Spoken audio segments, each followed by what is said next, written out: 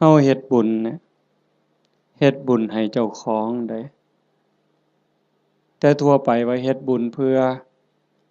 อุทิศไปถึงพ่อแม่พี่น้องปู่ย่าตายายนั่นก็คือความหวังดีความปรารถนาดีที่เฮามีต่อกันแต่ว่าโดยความเป็นจริงนั้นเฮาเฮ็ดบุญให้เจ้าของซะก่อนคันมันเป็นไปตามคำสอนพระพุทธเจ้าบุญเกิดขึ้นมีขึ้นตามเหตุผลถ้าเฮ็ดถูกต้องทำถูกต้องตามคำสอนพระพุทธองค์บุญมันเกิดขึ้นมีขึ้นเฮาก็จังสิสามารถอุทิศไปถึงญาติที่ล่วงลับแม้แต่บางเทื่อเฮาอุทิศไปแล้วญาติผู้ล่วงลับก็บ่แน่ใจว่าสิได้นำเฮาหรือบ่ง่ายปานใดเด้เบิ่งดีๆโยมชีวิตเนี่ยเป็นของอัศจรรย์ชีวิตเป็นของมีค่าแต่ว่าเวลาของชีวิตมันน้อยเฮาอยู่ในโลกนี่ชั่วคู่ชั่วยามโลกบ่แม่นของเฮาเด้คันเฮาบ่เข้าใจในคำสอนของพระพุทธเจ้าบ่พิจารณาตามความเป็นจริงเฮาก็สิพากันหลงละเริงหลงในยศในตำแหน่งในฐานะความเป็นอยู่ว่าเจ้าของคักว่าเจ้าของประเสริฐดีกว่าเขาคักกว่าเขาอันนี้คือความบ่ฮู้ดอกคนบ่ได้คิดว่าอยากเป็นแต่ว่ากิเลสตัณหาอวิชชามันตัวเฮาก็เลยหลงไปตามมันในเมื่อวันเวลาผ่านไปคือว่ามาว่างั้นน่ะความแก่ก็เพิ่มขึ้นความเฒ่าเพิ่มขึ้นโรคภัยไข้เจ็บก็ใกล้มื้อใกล้เว้นความตายก็ใกล้เข้ามาเฮามาอาศัยโลกชั่วคู่ชั่วยามบ่แม่นบ่อยู่อันถาวรโลกเป็นหม้องมาเยี่ยมมาพักคันคนมีปัญญาก็สิรู้จักสร้างน้ำทำบุญเก็บเกี่ยวสัมภารธรรมเก็บกรรมบุญกุศลเพื่อนำพาดวงจิตดวงใจเจ้าของให้มันไปดีกว่าเก่าให้มันไปดีไปงามเพราะว่าถ้าตราบใดเฮายังบ่ทันถึงมรรคผลนิพพานการเวียนว่ายตายเกิดมีแน่นอนโยมจงมั่นใจเด้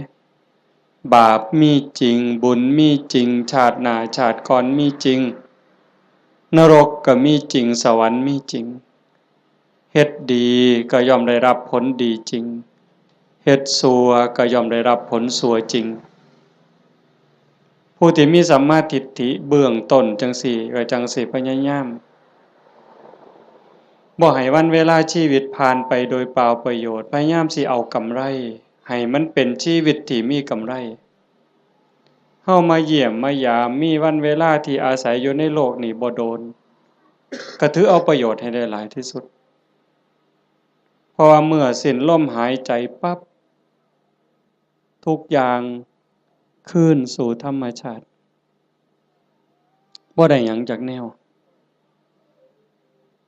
นอกจากว่าโลกเป็นสถานที่ที่เฮามาเยี่ยมมาเยือนมาพักชั่วคราวในขณะเดียวกันชีวิตส่วนที่เป็นร่างกายเนี่ยก็บ่แม่นของเฮาอีกเป็นของยืมชีวิตเป็นของยืมเฮายืมมาจากธรรมชาติยืมจากดินจากน้ำจากลมจากไฟก่อกำเนิดเกิดมาเป็นร่างกายหมดเวลาก็ต้องคืนให้เขาดินเอาคืนให้ดินน้ำคืนให้น้ำลมคืนให้ลมไฟคืนให้ไฟแต่ว่าชีวิตส่วนที่เป็นจิตใจจิตวิญญาณก็ต้องเดินทางต่อเดินทางต่อไปในวัฏสงสารไปไสล่ะ บ่ฮู้ไปสู่อบายก็ได้นรกเปรตอสุรกายสัตว์เดรัจฉานผู้ที่สร้างบุญไว้บ่พอคือว่ารักษาจิตไว้บ่ดีก็ย่อมล่วงลงสู่อบายแต่หากผู้ใดตั้งโตอยู่ในความบ่ประมาทคือญาติโยมทั้งหลายนี้เป็นผู้บ่ประมาทในความบ่เฒ่าบ่แก่บ่เจ็บบ่ไข้คิดว่ากูบ่ตายง่ายดอกเฮาบ่คิดบ่ประมาทในความบ่เฒ่าบ่แก่บ่เจ็บบ่ป่วยแล้วก็บ่ประมาทในวันเวลาของชีวิตมันสร้างบุญสร้างกุศลเชื่อว่าบุญกุศลนั้นเป็นที่พึ่งผู้ที่เดินทางสายศีลสายธรรมละบาปบำเพ็ญบุญมันขัดเกลาจิตใจขันมันต้องจากโลกนี้ไปต้องตายลงโอกาสสิไปสู่สุคติไปสู่สวรรค์ไปสู่พรหมมันก็มีสูงแม้นว่าสิกลับมาเกิดเป็นคนอีกถ้ามันบ่ทันถึงพระอริยเจ้าขั้นสูงสุดมันก็ต้องกลับมาในเมื่อดวงจิตดวงวิญญาณมันได้เก็บเกี่ยวเอาบุญกุศลเป็นสมบัติของดวงจิตไว้หลายพอสมควรหลังจากหมดเวลาบนสวรรค์บนพรหมกลับมาเกิดเป็นคนอีกเถื่อเป็นคนงามรูปร่างหน้าตาผิวพรรณฐานะความเป็นอยู่ก็ดีสติปัญญาเฉลียวฉลาดโรคภัยไข้เจ็บหน่อยอายุยืนอันนี้เป็นเรื่องของบุญบุญเป็นผู้จัดสรรเป็นผู้ดลบันดาลเป็นผู้กำกับบุญนั่นจึงเป็นที่เพิงเป็นมิตรสหายในทุกๆสถานทุกการทุกเวลาแต่ว่าบาปนั้นมันตรงกันข้ามเป็นสิ่งตามหล่างตามพรานเป็นสิ่งที่ตามเผาล้นก่อให้เกิดความทุกข์ความเดือดร้อนคือผู้บ่ตั้งใจบ่เชื่อ สร้างบาปสร้างกรรมด้วยกายวาจาใจความคิดก็บ่ถูกต้องคำเว้าก็บ่ถูกต้องการกระทำก็บ่ถูกต้องเฮ็ดอันใดก็หวังเอารัดเอาเปรียบผู้อื่นในชีวิตเป็นอยู่นี่ก็หาความสุขบ่พอมีความทุกข์อยู่เรื่อยมีความเดือดร้อนอยู่เรื่อยจากโลกนี้ไปก็ล่วงลงสู่อบายนรกเปรตอสุรกายสัตว์เดรัจฉานกลับมาเกิดเป็นคนอีกเถื่อทุกข์ลางเทื่อพิการตั้งแต่ในท้องตาบอดแน่หูหนวกแต่เกิดจังซี้แข้งบ่ลาขาบ่เกิงมือบ่ครบเป็นแนวใดโยมว่าพิกลพิการทั้งร่างกายแล้วเกิดในตระกูลที่ยากจนขี้ร้ายพร้อมพิการพร้อมจนพร้อมโรคภัยไข้เจ็บหลายพ้อแต่แนวบ่ดีเดือดร้อนบ่จบบ่สิ้นอันนี้ก็คือบาปเป็นผู้กำกับบาปเป็นผู้แสดงเป็นผู้กำกับการแสดงแล้วก็ส่งผลก่อให้เกิดความทุกข์ความเดือดร้อนผู้บ่ประมาททั้งหลายก็จังพยายามขนขวายในการสร้างบุญแต่มาจังว่าอนุโมทนาสาธุกับญาติโยมโดยเฉพาะเจ้าภาพ จริงๆกับเจ้าภาพทุกคนเจ้าภาพทุกคนที่มาร่วมกันในมื้อนี้เฮาตั้งใจสิเฮ็ดบุญกุศลอุทิศไปถึงโยมพ่อใหญ่ตาโยมแม่ใหญ่พุทธอุทิศแปลว่าให้เฮ็ดบุญหวังสิส่งไปฮอดโยมแม่ใหญ่ตาโยมพ่อใหญ่พุทธบุญรัตน์อันนี้ก็คือเจตนาอันนี้คือความหวังตั้งใจของญาติโยมทุกคนแต่ว่ามันสิเป็นไปดังใจบ่อาตมาเว้าค้างไว้ตั้งแต่ตอนต้นๆลางเทื่อเฮาคิดจังหนึ่งคิดจากได้จังซี่แต่มันก็บ่แม่นคือใจเฮาคิดหมดคันคือใจเฮาคิดหมดเฮาก็คือสิเป็นเศรษฐีกันซุคนบ่มีผู้ใดอยากทุกข์จากคนบ่มีผู้ใดอยากขี้ร้ายตั้งแต่เลขบ่ทันซื้อก็หวังว่าสิถูกอยู่ บ่ต้องเว้าถึงซื้อแล้วเด้นี่อันนั้นคือความหวังถูกเลข3โตวก็บ่เอาส่ำเด้ผู้ลางคนนี่อยากถูกฮอดรางวัลที่1พู้นซื้อลอตเตอรี่หั่นแต่มันเป็นคือคิดบ่ล่ะตั้งแต่ของอยู่ในโลกนี่เห็นกันอยู่เว้ากันอยู่มันก็ยังบ่แม่นอันนี้สิเฮ็ดบุญให้ผู้ตายนี่โห้ยไกลแฮงไกลความคิดชาโนชโสนีพราหมณ์นั่นเพิ่นเป็นคนเฮ็ดบุญอยู่บ่อยๆแล้วก็อุทิศบุญหาญาติไปกราบทูลถามพระพุทธเจ้า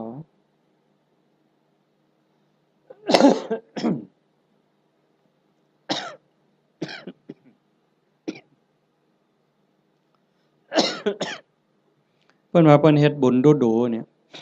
อุทิศไปให้ญาติที่ล่วงลับไปญาติได้รับบ่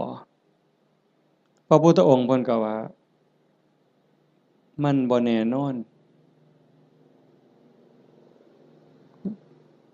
ดูก่อนพราหมณ์มันแล้วแต่ฐานะคำว่าแล้วแต่ฐานะคือผู้ที่จากไปนั่นเขาไปไสคันเขาไปตกนรกเขาก็บ่ได้รับผลบุญนี่ทันทีนรกเพิ่นบอกว่ามีอยู่457ขุม457ขุมบ่ได้บุญทันทีคันสิได้ก็ในเมื่อรับรู้รับทราบแล้วก็ยินดีอนุโมทนาสาธุนำสิ่งที่เฮาเฮ็ดเฮาทำเขาก็จังสิได้คันไปเกิดเป็นเปรตเปรตมี12ชนิดที่สิได้บุญฉับพลันทันทีก็มีอยู่ชนิดเดียวคือปรัตถตูปชีวีอีก11กลุ่ม11คณะ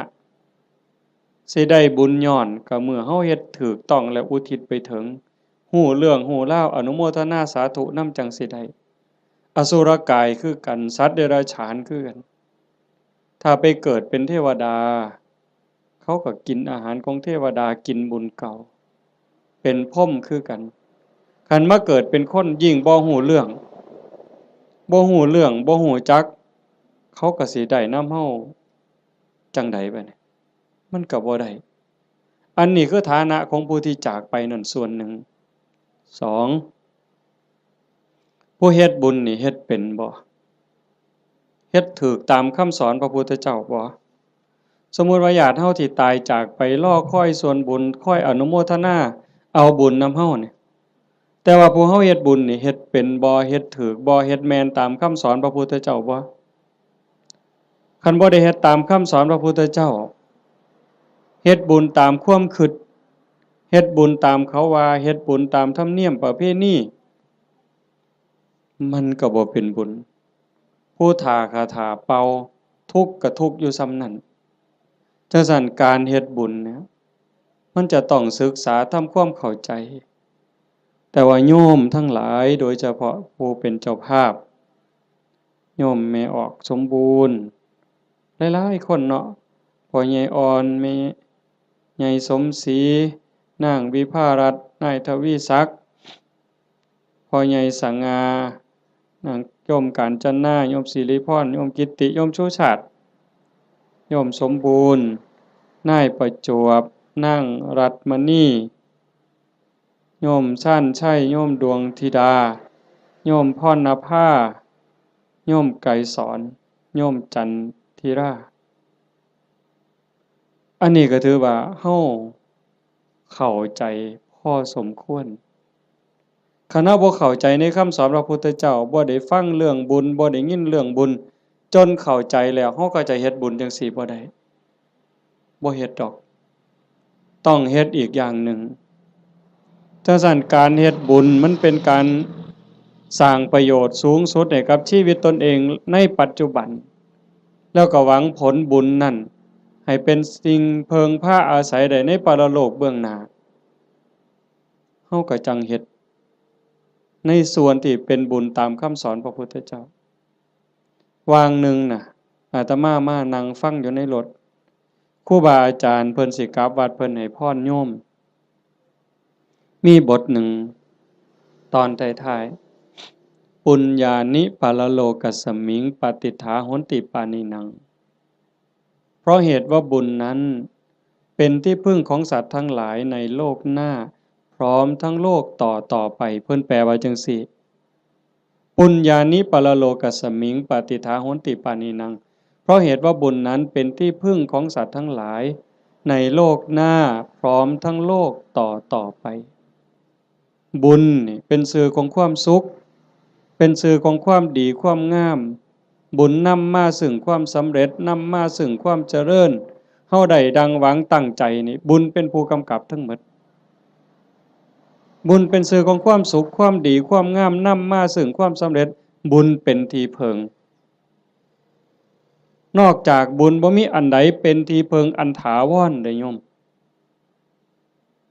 คิดเบิ่งดีๆเด้แม่นอยู่ดอกในขณะที่เป็นอยู่เฮาก็แสวงหาหมดนั่นล่ะเข้าของเงินทองชื่อเสียงอำนาจวาสนาบริวารญาติพี่น้องก็พอได้เพิงพาอาศัยกันในข้าวที่ยังอยู่แต่โยมพิจารณาเบิ่งดีบ่คนเฮาเพิงพาอาศัยกันได้จริงๆกันในข้าวที่มีศีลมีธรรมในใจเด้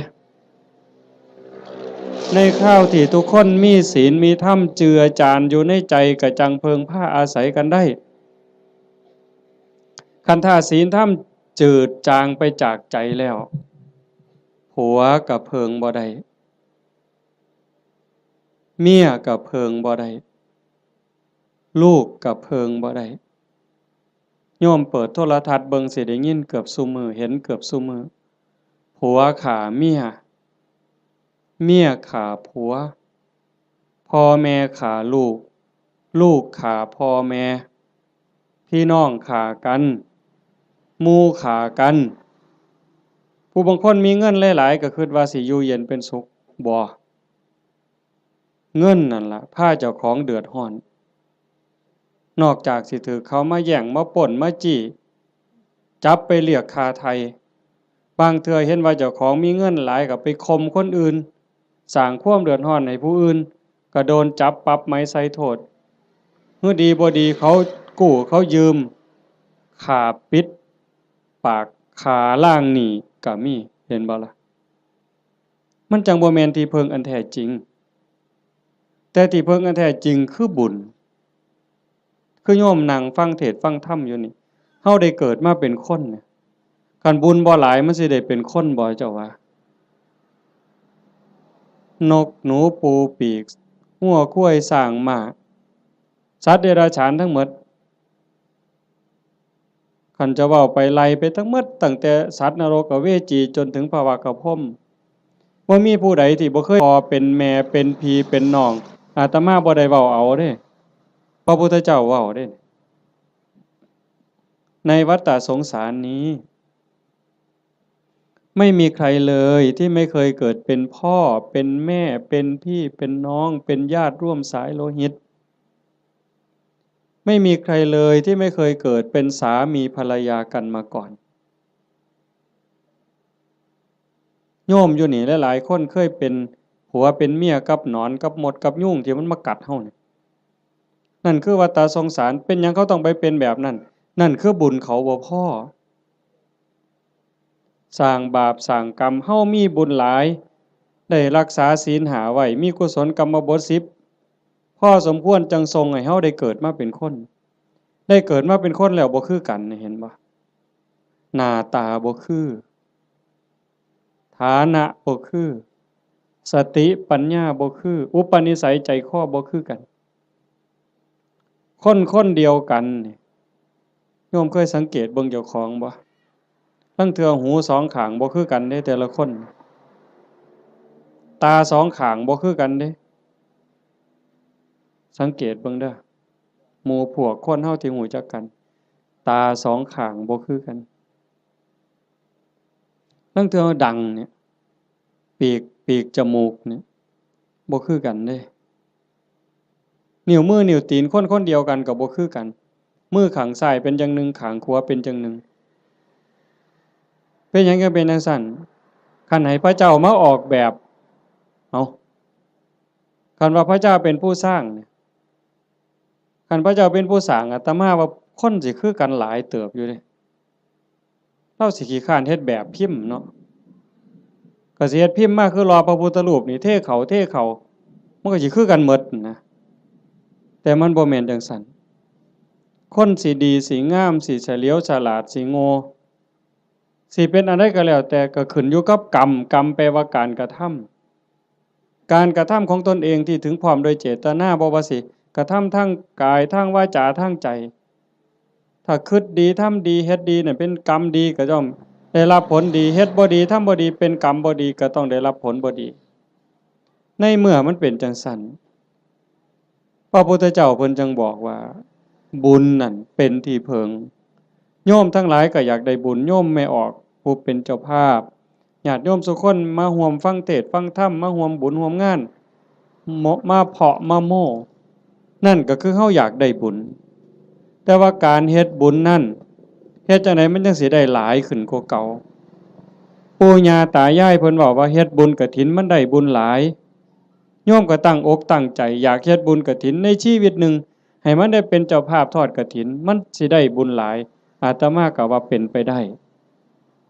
ถ้าเฮ็ดเป็นเด้ถ้าเฮ็ดบ่เป็นมันก็บ่เกิดบุญคำโบราณเพิ่นว่ามีกฐินบูดกฐินเน่ากฐินเศร้าหมองอีหยังเพิ่นว่าจังซั่นแต่คันเฮ็ดเป็นบัดมันก็งดงาม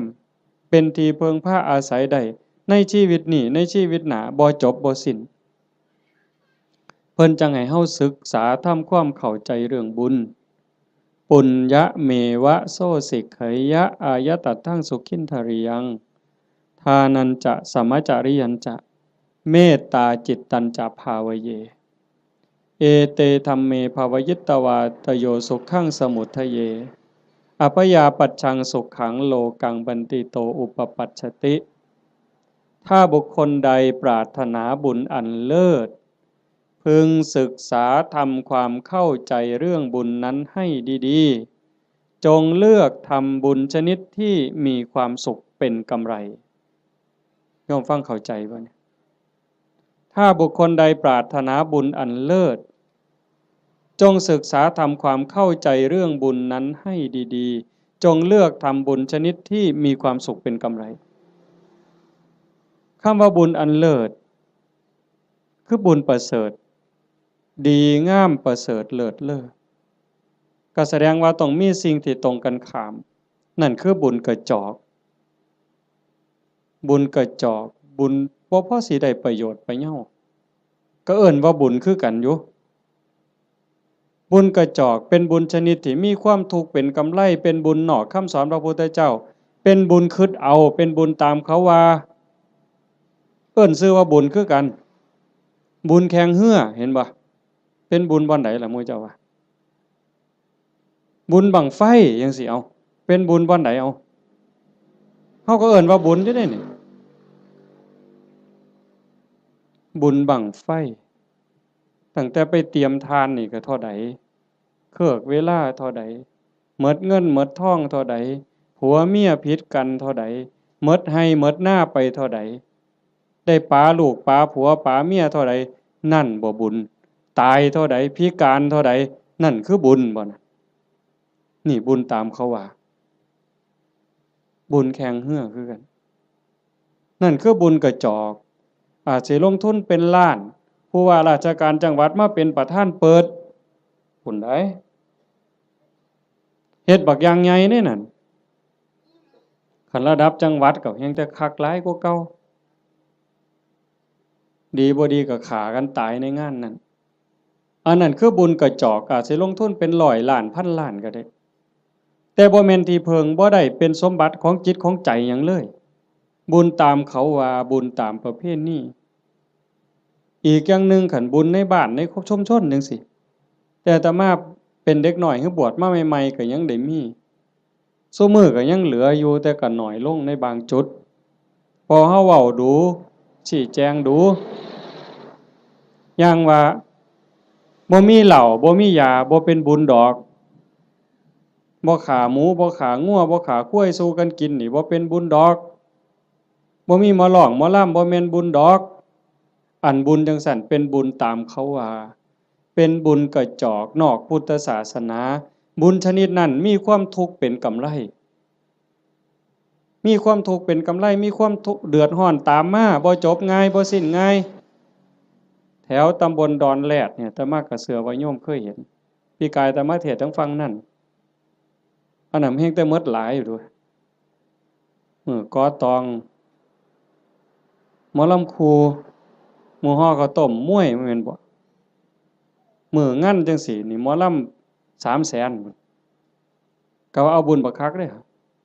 เอาก็ได้ไปก็แล้วแต่ว่าบุญที่พระพุทธเจ้าสอนมันเป็นบุญชนิดที่มีความสุขเป็นกำไรอาจสิบ่ต้องลงทุนพอสลึงก็ได้บัดมันมีหยังแหน่บุญที่พระพุทธเจ้าสอนเป็นบุญในเขตพุทธศาสนาเป็นบุญสงบเย็นแล้วก็มีความสุขเป็นกำไรทานันจะท่านคือการให้การแบ่งการปันโยมให้ออกสมบูรณ์ต้อนรับพี่ในป่าพ่อลุงน่ะบ่าวน่ะสาวลูกเต่าเล่าหลานมาเพาะมะโม่บุญตั้งแต่น้ำเป่าๆน้ำดื่มธรรมดาแก้วหนึ่งต้อนรับกันโยมไม่ออกสมบูรณ์ก็สบายใจเห็นบ่ไหว้กันต้อนรับกันทักทายปราศัยเว้ากันดีๆซ้ำนี่ก็เป็นบุญบุญคือความสุขฟังให้ดีเด้บุญคือความสุขความอิ่มใจความเบิกบานใจแล้วบุญนั้นไม่มีโทษบ่แม่นม่วนซื่อๆเด้ต้องบ่มีโทษบ่มีภัยนำในโลกนี้ในโลกหน้าเก็บดอกไม้น่ะมาแต่ข้างหัวใส่พานยกใส่หัวบูชาพระรัตนตรัยความอิ่มใจก็เกิดนั่นบ่ต้องเสียหยังหลายยิ่งคือตอนเพลเฮาได้ถวายเพลยกสำรับกับเขาถวายครูบาอาจารย์ได้ไหว้พระได้รับศีลคันเข้าใจตั้งใจดีๆเกิดความสุขเกิดความอิ่มใจตรงนี้คันญาติพี่น้องเพิ่นอยู่ในฐานะที่สิได้เพิ่นก็ได้คันเฮาเฮ็ดถูกเฮ็ดแม่นนี่เพิ่นต้องได้คันเฮ็ดบ่ถูกบ่แม่นหมดร้อยล้านพันล้านก็บ่เป็นบุญบ่ได้นำจังว่าทานันจะทานคือการให้การแบ่งการปันตั้งแต่อามิสทานวัตถุทานข้าวน้ำสามปลาโภชนาอาหารปัจจัย4ทั้งหมดที่เฮาถวายกับหมู่สงฆ์ก็แล้วแต่อันนี้มันเกิดความสุขคันยิ่งธรรมทานให้ความรู้ให้ความเข้าใจที่ถูกต้องให้คำแนะนำที่เป็นประโยชน์ในการดำรงชีวิตที่เป็นศีลเป็นธรรมเป็นไปเพื่อความถูกต้องดีงามอันนั้นเป็นธรรมทานอานิสงส์ก็ยิ่งใหญ่กว่าเก่าบัดนี้คันเลยไปฮอดอภัยทานล่ะให้อภัยญาติโยมเคยเป็นอยู่บ่เฮาเครียดให้คนเครียดให้หมู่ก็ตามให้เอื้อยให้อ้ายก็ตามให้พี่ให้น้องก็ตามให้ลูกให้หลานหรือให้ลูกไผลูกเขยเฮาเครียดเฮาขมกักไว้ในใจนี่มันทุกข์มันอุกมันอังแต่คันเฮารู้จักให้อภัยปั๊บอโหสิปั๊บมันก็คือกับบงหนองบงเสียนเคยตำมือตำตีนตำแข้งตำขาแต่เอาซ้ำมือนี่ล่ะไปเสียนไม้ไผ่น้ำขอบเตียงขอบหยังมันเตรียมตำมือเข้ามานี่มันก็บ่พอล้มพอตายแต่มันนั่นเดียดเดียดเดียดอยู่เรื่อยบัดเฮาตัดสินใจบงออกเคลียร์เอาหนามนั่นออกเอาเสียนนั่นออกปั๊บโล่งการให้อภัยก็เป็นจังซั่นฝีจังซี่โยมเคยเป็นฝีบ่แต่ต่อมาเป็นเด็กน้อยฝีอยู่ก้นอยู่กะโพกโยมไม่ออกเพิ่นกี้บักเขียบแหงกับเปลือกบักงิ้วกี้จนมันไหม้ดำๆเอามาผสมกับปูนเขี้ยวหมากเอามาแปะมันดูดจูดจูดจูดปวดแต่มันคือยับออกปืดปืดปืดปืดบ่โดนหัวฝีหลุดปกออกมาเศร้าเจ็บเศร้าปวดทันทีนั่นคือทานเด้นี่อามิสทานก็มีประโยชน์บ่น้อยอานิสงส์บ่น้อย อานิสงส์สิเป็นขันเป็นตอนขันเรามันสิยาวโพดเอาง่ายๆซ้ำพื้นฐานเนี่ยซ้ำสิเอาบุญเนาะโยมเนาะคือเมออกเมคั่วเนี่ยเฮ็ดอยู่เฮ็ดกินคือมาจังซี่ล่ะโจมปลาเขาพระน้ำสู้กันกินแล้วบัดกินแล้วสิเอาถ้วยเอาซ้ำไปล้างคันเมคั่วเข้าใจจักน้อยสิเอาบุญเนี่ยเศษอาหารนี่เคลียร์ลงขยะแล้วมีแต่คราบไขมันคราบน้ำแกงอีหยังต่างๆที่มันติดอยู่กับถ้วยกับจานแม่ครัวเอาน้ำเทใส่แล้วก็มือลูบๆๆๆๆในแก้วในถ้วยในจานนั่นแล้วก็คิดในใจก่อนสิเทน้ำลงดินโอ้ยน้ำเศษอาหารรสชาติอาหารติดๆอยู่กับน้ำนี่เทลงไปในดินให้สัตว์อาศัยในดินมันได้กินเด้อพวกขี้ไก่ดักไก่เดือนไก่มันได้กินกินแล้วก็ให้มันอยู่ดีมีแรงสุขกายสุขใจเด้อแล้วเทลงไปปึ๊บซ้ำนั่นพระพุทธเจ้าว่าเป็นบุญที่นับประมาณไม่ได้แค่นี้เด้อโยมเพราะท่านได้เป็นหยังย้อนได้นี่เป็นบุญหลายจนนับประมาณบ่ได้ซ้ำเฮานับบ่ได้แล้วว่าฝนตกเนี่ยมันจักเม็ดแม่น้ำมูลแม่น้ำโขงแม่น้ำเจ้าพระยาคือน้ำในทะเลนี่เฮานับบ่ได้ว่ามันจักซ่อนจักแก้วจักขวดจักลิตรจักแองจักโองเฮาบ่สามารถจะนับได้เพียงแค่เฮาเทน้ำล้างถ้วยล้างจานลงในดินแต่เจตนาให้พวกเชื้อโรคพวกขี้ไก่เดือนให้มันได้กินซ้ำนี่ก็บุญมหาศาลพระพุทธเจ้าเพิ่นก็ยังไล่ขึ้นมาจากสัตว์เดรัจฉานร้อยเทื่อพันเทื่อก็บ่สู้ให้คนขี้เมาคนบ่มีศีลบ่มีธรรมตีหัวหมาด่าแม่คนคันให้พวกนี้เทื่อเดียวก็ได้หลายกว่าให้สัตว์เดรัจฉานร้อยเทื่อพันเทื่อให้คนบ่มีศีลบ่มีธรรมจังซั่นร้อยเทื่อพันเทื่อก็บ่ได้บุญหลายเท่าให้โยมผู้มีศีล5เทื่อเดียวเพราะว่าคนมีศีลมีธรรมมันสิเฮ็ดโลกนี่สงบร่มเย็นแล้วก็เป็นประโยชน์นำกันอีกให้คนผู้มีศีล500เทื่อพันเทื่อก็บ่ได้บุญหลายเท่าให้ผู้มีศีล8พ่อใหญ่แม่ใหญ่เฮาไปจำศีลอยู่วัดในมื้อวันพระวันศีลหรือมีงานปฏิบัติธรรมไปนุ่งขาวห่มขาวนั่นล่ะเป็นเนื้อหน้าบุญผู้ศีล5บริสุทธิ์100เทื่อพันเทื่อก็บ่ได้บุญหลายเท่าให้ผู้มีศีล8เทื่อเดียวให้ผู้มีศีล8 100เทื่อพันเทื่อก็บ่ได้บุญหลายเท่ากับให้เน้นน้อยผู้เดียวได้บัดนี้เน้นน้อยศีล10เด้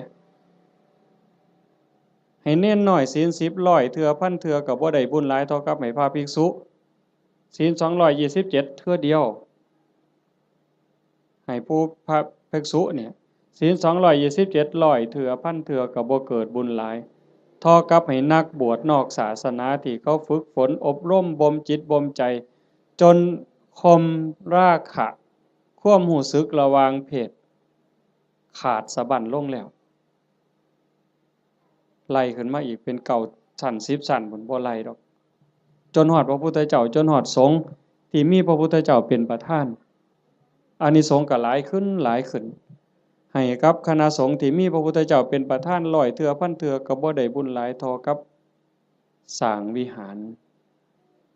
กันแดดกันฝนกันลมสร้างวิหาร100หลังพันหลังก็บ่ได้บุญหลายเท่ากับให้ธรรมะเห็นบ่บัดนี้ตัวนี้บ่เสียหยังแล้วเด้บัดบ่สู้ให้ธรรมะเป็นทานให้ความรู้ให้ความเข้าใจอย่างว่าให้ธรรมะเป็นทานก็ได้บุญได้กุศลมาอยู่ได้บุญได้เกิดความร่ำรวยได้เกิดความงามความดีแต่ว่าบางเทื่อมันก็ยังแบกศาลานั่นกูก็สร้างกุฏินี่ก็สร้างโบสถ์ก็สร้างกฐินก็เฮ็ดซุปีคันบ่มีกูนี่บ่ว่าทีเดียวเลยบัดนี้เป็นจังได๋บัดดีบ่หลวงพ่ออย่าเว้ายากเด้บ่เฮ็ดกฐินให้เด้เป็นจังได๋บัดบ่มาก็ได้เด้วัดนี่นั่นครูพระแล้วนั่นเพิ่นว่าเพิ่นคักซั่นเด้จังต้องมาที่อภัยทานรู้จักให้ธรรมะรู้จักให้อภัยคือจิตทำจิตให้ว่างทำจิตให้เป็นอิสระผลมันก็มีอานิสงส์ต่างกันหลายขึ้นหลายขึ้นสูงขึ้นสูงขึ้นอันนี้คือทานเด้อันที่1ทานันจะสมัจจริยันจะบุญชนิดที่มีความสุขเป็นกำไรสมะสม่ำเสมอควบคุมอากัปกิริยาคำปากคำเว้าให้เป็นไปโดยสงบเสงี่ยมอันนั้นคือศีล สำรวมวาจาใจให้เรียบร้อยศีลนี่จังมีอานิสงส์หลายเพราะว่าของมาท่านลักมากก็ได้โกงมากก็ได้ปล้นมากก็ได้ฆ่ามากก็ได้ได้บุญหลายแต่มันอาจสิบ่บริสุทธิ์เห็นบ่ศีลมันเป็นอุบายออกจากการเบียดเบียนตนเองก็บ่เดือดร้อนคันมีศีลเด้คนอื่นก็บ่เดือดร้อนเป็นหยังโยมก็เข้าใจอยู่ศีลข้อที่หนึ่งเจตนาเป็นเครื่องงดเว้นจากการทำสัตว์ที่มีชีวิตให้ตกร่วงบ่เว้าถึงฆ่าเลยแม้แต่เบียดเบียนเขาหักแข้งหักขาหักปีกเขาก็บ่เฮ็ดให้เขาพรากพ่อพรากแม่พรากลูกก็บ่เฮ็ดมันเป็นทุกข์มันเดือดร้อนคันเฮามีศีลข้อที่หนึ่งโลกทั้งใบก็สงบบ่มีผู้ใดย้านไผสิทำอันตรายสองทรัพย์ที่ดินที่ดอนเงินทองแก้วแหวนของผู้ใดก็ฮักของผู้ใดก็แพงเขาก็คือเฮาเฮาก็คือเขาชีวิตและทรัพย์สินกันเว้าข้อที่หนึ่งอีกจักหน่อยเนี่ยร่างกายอย่าว่าแต่มาเข็นมาฆ่าเถาะทุบตีก็บ่เอาไปเอามานี่แม่ออกพ่อออกเคยเป็นบ่หมอสิฉีดยาป้องกันโรคป้องกันภัยเขาสิฉีดวัคซีนบ่ให้เฮาเจ็บเฮาป่วยบางเทื่อก็เจ็บบ่ให้เขาฉีด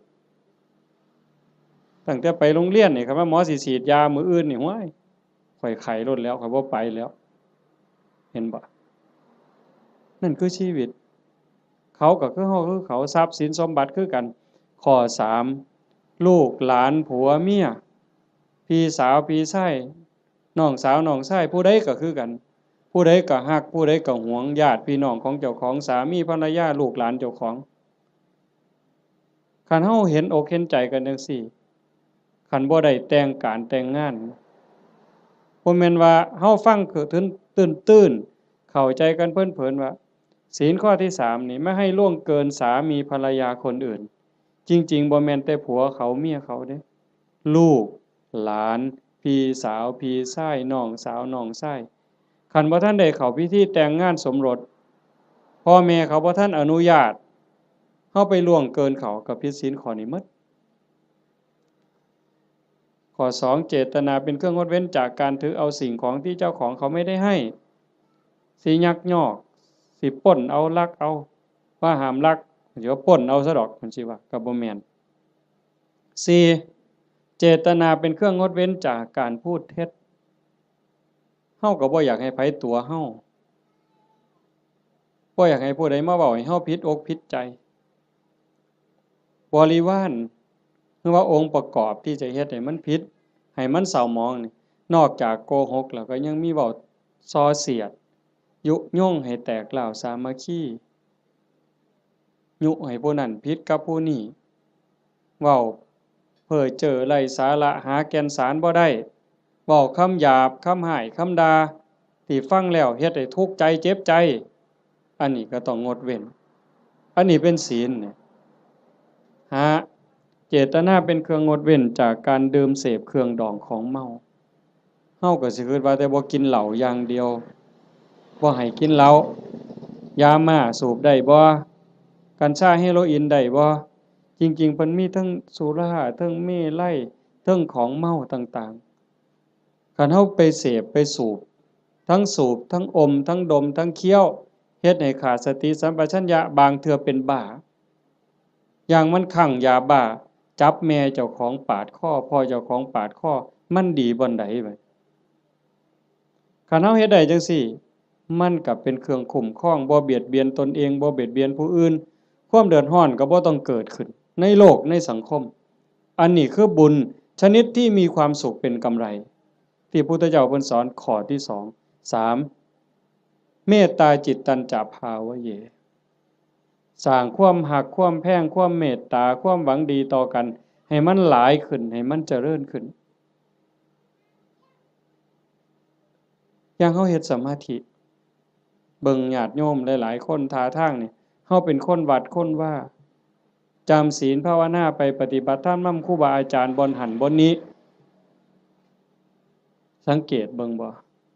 เวลาเราเดินจงกรมโดยความตั้งใจล้อมสติในอารมณ์ปัจจุบันเวลามานั่งสมาธิก็มีสติที่ลมหายใจเข้าออกคัน10นาทีผ่านไป20นาทีผ่านไปคันฮอด30นาทีแฮ่งแต่สุดยอดคันเรามีสติในอารมณ์ปัจจุบันลมหายใจเข้าก็ฮู้ลมหายใจออกก็ฮู้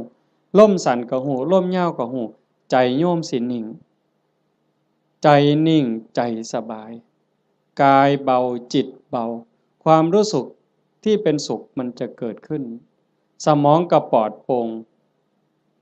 เบากายเบาใจความคิดอันดีอันงามเกิดขึ้นมาคันมันหลายไปกว่านั้นอีกสงสารคนรู้โตนคนบ่เว้าแต่ว่าคนที่ฮักกันแพงกันเด้แม้แต่คนเป็นคู่กรรมคู่เวรด่าเฮารังแกเฮาเบียดเบียนข่มเหงเฮาก็สิมีความเมตตาให้เขารู้โตนเขาอีกต่างหากเขาเบียดเบียนข่มเหงฆ่าตีเฮานี่สิเอาโทษเอาเรื่องผู้อื่นสิเอาโทษยุให้เอาโทษ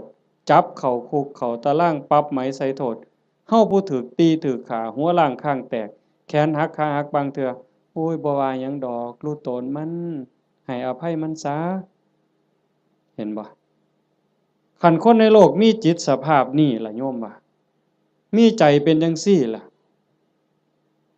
ที่โอบอ้อมไปด้วยศีลด้วยธรรมจิตที่ถูกห่อหุ้มด้วยศีลด้วยธรรมด้วยความเมตตาต่อกันโลกมันสิเป็นจังไดโยมว่าที่มันวุ่นวายอยู่จังซี่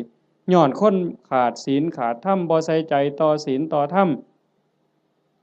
ก็เลยมีแต่ความเห็นแก่เนื้อแก่ตัวเอาเปรียบแม้กระทั่งเมียเจ้าของบ่ต้องเว้าผู้อื่นเด้เอาเปรียบเมียเจ้าของเอาเปรียบผัวเจ้าของลูกเต้าเอาเปรียบพ่อแม่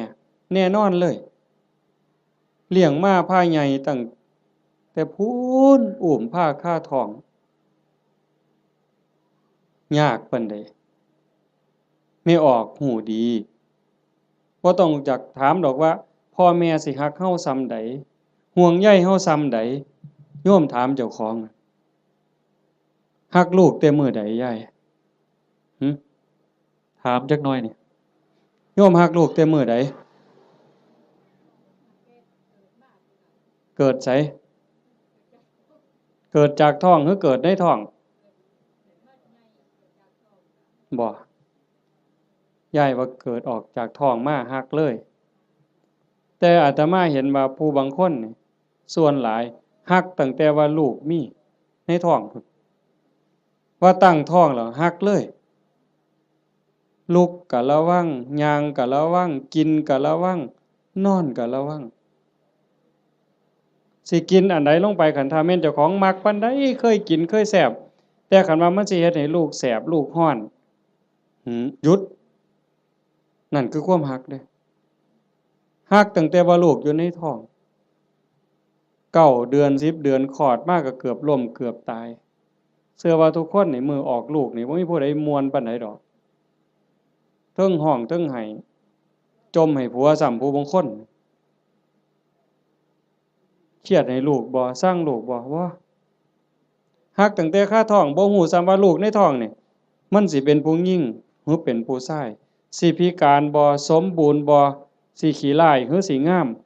สิเกิดมาทำร้ายเจ้าของบ่สิเป็นคนดีหรือเป็นคนชั่วบ่เกี่ยวกันบ่สนใจเลยรักอย่างเดียวบัดลูกเกิดมาแล้วเลี้ยงมาลำบากปานใดหมดข้าวจักเหล้าตัวสิใหญ่แต่ละคน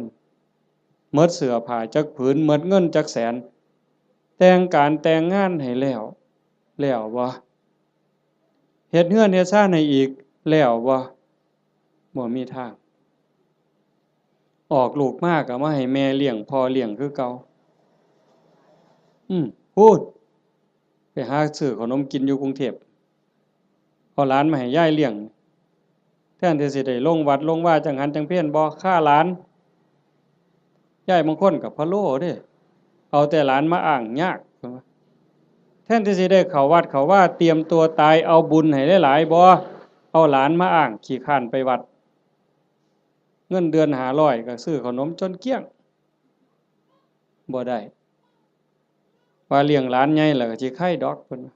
หลานใหญ่มันละออกเรียนมาอีกตายเจ้าเสร็จอีกคือเก่าไปบ่รอดเพิ่นว่าเฮ็ดจังไดบัดนี้สิมาวัดตอนมาอยู่ข้างกำแพงบ่เมื่อเลยมาเทื่อเดียวอยู่เลยเด้อบัดนี้บ่แม่นแนวซั่นบ่เห็นบ่คันเฮาได้พิจารณาอีหลีอีหลอนี่จากทานมาสู่ศีลมาสู่ภาวนาความเมตตาหวังดีต่อกันมันสิเกิดจริงๆการสร้างบุญการเฮ็ดบุญมันมีรายละเอียดหลายโยมตั้งแต่การให้ทานซื่อๆเนี่ยทานอย่างเดียวนี่น้ำขวดเดียวข้าวปั้นเดียวผักเส้นเดียวก็ตามบุญต่างกันอยู่ที่เจตนาคันให้ด้วยความศรัทธาเชื่อในคำสอนของพระพุทธเจ้าบาปมีบุญมีชาติหน้าชาติก่อนมีเชื่อมั่นใจจังซั่นเนี่ยเวลาผลบุญมันออกมากอกผลเฮาสิเป็นคนรวยพร้อมงามพร้อมปัจจุบันก็จิตใจร่ำรวยบุญกิริยามารยาทก็งดงามงามภายนอกงามภายในงามภายในทรงไปสู่ภายนอกเกิดชาติใหม่พบใหม่งามพร้อมรวยพร้อมนี่ก็ในท่านโดยศรัทธาศรัทธาแปลว่าเชื่อใจมั่นใจไว้ใจวางใจ2ให้ทานด้วยความเคารพในวัตถุทานเคารพในผู้รับทานอาตมาเว้าข้างไปตอนต้นมันแล้วแต่ฐานะที่ชาโนโสนิพามถามพระพุทธเจ้ามันแล้วแต่ฐานะมันมีหลายระบบอีกหลายเหลี่ยมอีกผู้รับทานน่ะมีศีลมีธรรมบ่อย่างคือทอดกฐินนี่ครูบาอาจารย์เพิ่นมีศีลมีธรรมได้ฝึกฝนได้อบรมมื้ออื่นเวลาพ่อใหญ่พาไปกาวกฐินฮือย่ายผู้เป็นเจ้าภาพอุ้มผ้ากฐินถวายเนี่ยมื้อนั้นอาตมาไปเห็นอยู่วัดหนึ่งเพิ่นนิมนต์ไปรับนำเพิ่นเขียนคำถวายให้เจ้าภาพนี่อุ้มผ้าไตรจีวรตั้งนะโมแล้วก็พาหมู่ว่าอิมังพันเตกฐินจีวรทุตสังอาตมาก็เหลียวเบิ่งหน้าเจ้าภาพก็คิดเบิ่งใจเจ้าภาพคิดเบิ่งใจญาติโยมอีกหลายๆคนโยมว่าเป็นตาอ่อนซ่อนบ่ในชีวิตหนึ่งเฮาได้อุ้มผ้าไตรจีวรกล่าวถวายสังฆทานถวายผ้ากฐินว่าเป็นบุญใหญ่เป็นบุญสุดยอดมันสิเป็นความภูมิใจสิเป็นบุญปานใดโยมว่าคิดเบิ่งเด้อยายชีวิตหนึ่งนี่เฮาให้ได้เฮ็ดคันบ่ได้เฮ็ดกองใหญ่เป็นเรื่องเป็นราวคือเพิ่นกลับไปห่วมเพิ่นเฮ็ดได้อันนี้คือสิ่งที่ได้เด้บุญเนี่ยติดตามไปในโลกนี้โลกหน้าหน้ามีไผได้เฮามาอาศัยโลกชั่วคราวบ่แม่นของเจ้าของดินนี่สิว่าของเฮาซั่นบ่หน้านี่สิว่าซื้อเจ้าของในโฉนดสิภูมิใจซั่นบ่มันสิภูมิใจจักมื้อจักหน่อยเขาก็เปลี่ยนเป็นชื่อผู้อื่นล่ะเฮ้ยอยู่ในทะเบียนบ้านมันจะสิสถานะเจ้าบ้านนี่ชื่อขึ้นก้อนหมู่นั่นสถานะเจ้าบ้านน่ะจะร้องตายมึงติพอ24ชั่วโมงยังเขามาทับตาแดงใส่ปรับหล่นตายว่าซั่นว่าเจ้าบ้านเจ้าบ่ต้องไปไสเด้อเจ้าอยู่หั่นเด้คันแม่นเจ้าบ้านอีหลีนั่นต้องเป็นเจ้าของอยู่ตลอดมันบ่แม่นหน้าก็บ่ได้สวนก็บ่ได้รถก็บ่ได้บ่ได้หยังจักอย่างแนวใดคือบุญนี่แนวใดเพิ่นจังว่าต้องทำความเข้าใจอิหยังให้มันหลายๆทานก็เฮาให้ด้วยความศรัทธาให้ด้วยความเคารพในผู้รับทานครูบาอาจารย์เป็นผู้มีศีลมีธรรมผู้รับทานเป็นหมู่สงฆ์เฮาถวายข้าวสงฆ์เจ้าของเองก็เป็นผู้บริสุทธิ์ย้อนหยังสะอาดย้อนหยังย้อนศีลก่อนสิทำบุญให้ทานถวายต่างๆเพิ่นจังให้เฮาสามารถทานศีลนั่นคือชำระความเศร้าหมองในใจคันเฮาไปฆ่าสัตว์มามันก็เศร้าไปลักเขามาก็เศร้าไปนอกอกนอกใจสามีไปล่วงเกินผู้อื่นมามันก็เศร้าหมองเอาน้ำมาอาบหมดน้ำทะเลมันก็บ่สะอาดใจบ่สะอาดดอกไปตั๋วเข้ามาไปดื่มเสพเครื่องดองของเมามาสิใช้ผงซักฟอกอันใดสบู่อันใดล้างออกมันก็บ่สะอาดแต่คันสมาทานศีลปั๊บปานาติปาตาทินากาเมมุสาสุราปั๊บพระสงฆ์เพิ่นสรุปศีลให้ปั๊บสำบายใจล้างความหม่นหมองความเศร้าหมองในใจนั่นออกมา นั่นเป็นผู้บริสุทธิ์นี่เด้มันสิเกิดภละอานิสงส์หลายมันแล้วแต่ฐานะสิเกิดบุญจังไดนี่หนึ่งผู้ให้บริสุทธิ์สองวัตถุที่มาทำบุญก็บริสุทธิ์สามผู้รับก็บริสุทธิ์ผ่ากฐินมาทอดกฐินนี่มันสิบริสุทธิ์บ่เป็นกฐินเน่ากฐินบูดกฐินเศร้าหมองบ่ผ่านั่นบ่ได้ลักไผมาบ่ได้ยืมไผมาเป็นของที่เกิดด้วยหยาดเหงื่อแรงงานด้วยความบริสุทธิ์ผ่าเก่าก็ได้ยายผ่าเก่าก็ได้กลางเก่ากลางใหม่ก็ได้ผ่าใหม่ก็ได้ผ่าบางสุกุลก็ได้ไปเก็บมาแต่กองขยะพุ่นก็เป็นกฐินได้ไปเก็บมาจากกองขยะสีกได้เธอค่ะท่อนละซ้ำฝ่ามือทำศอกซ้ำแขนมาหยิบต่อกันเฮ็ดผ้าสบงได้ผืนหนึ่งเก่าๆก็ได้แต่ว่าเป็นกรรมสิทธิ์โดยชอบธรรมโดยความถูกธรรมนั่นคือวัตถุทานที่บริสุทธิ์บุญกุศลมหาศาลแล้วก็ประกอบกับเจตนาอีกก่อนให้นี่มีศรัทธาบ่ตั้งใจไว้ดีบ่คันมีความศรัทธามีความเหลื่อมใสของนั้นแม้นมันสิน้อยสิราคาหลายปานใดพักเครื่องเส้นแต่ก่อนให้มีความศรัทธามีความตั้งใจสักกจังทานังเทติให้ท่านด้วยความเคารพด้วยความศรัทธาเนี่ยของนั้นมันสิมีค่ามีราคาหน่อยเฮาตั้งอกตั้งใจถวายพระพุทธเจ้าว่าบุญบ่น้อยของได้มาด้วยความชอบธรรมได้มาแล้วโดยธรรมเป็นของบริสุทธิ์ก่อนให้ก็มีศรัทธามีความเหลื่อมใสในขณะที่หยิบยื่นให้ทรงให้ยกประเคนก็ภูมิใจดีใจให้ไปแล้วหลังให้ก็มีความปีติยินดีคิดพ่อยามใดก็สุขใจอิ่มใจภูมิใจจนน้ำตาหลั่งน้ำตาไหลบุญจะเกิดอันนี้คือฐานะที่เฮ็ดให้บุญมันมีพลังสามให้ท่านตามการกฐินนี่ก็ประยุกต์เข้ามาในหันเพราะว่าวัดหนึ่งรับได้เทื่อเดียวในรอบปีเดือนเดียวเท่านั้นคันมือร้อยกระทงไปแล้วสิมีเงินแบ่งพันนี่เต็มปะล่ำนี่ก็ทอดกฐินบ่ได้หมดโอกาสเห็นบ่มันถือการถือเวลาคันผู้ใดให้ท่านตามการตามเวลาเพิ่นบอกว่าเมื่อบุญมันออกหมากออกผลเต็มที่แล้วตกทุกข์ได้ยากลำบากลำบนบ่อนใดอยู่ไสก็ตามสิมีคนซอยเหลือแม่นเว้ากันบ่ฮู้เรื่องก็สิมีคนซอยคันบ่มีผู้ซอยอยู่บ่อยู่ก็ถูกเลขบ่อยากถูกก็ถูกเฮาสิได้ยินอยู่เรื่อยพวกถูกลอตเตอรี่ถูกแจ็คพอตบางเทื่อก็แม่ค้าขายผักบางเทื่อก็3ล้อบางเทื่อก็คนกวาดถนนพวกเรานี่บ่ได้ซื้อประจำดอกกวาดถนนไปเข็นผักไปรู้ตนเห็นคนตาบอดเห็นคนพิการที่มาขายลอตเตอรี่เฮามีใจรู้ตนนี่คนทุกข์นี่จะรู้ตนกันบางเทื่อก็บ่อยากได้บ่อยากซื้อแต่ว่าเพราะอยากอุดหนุนเขา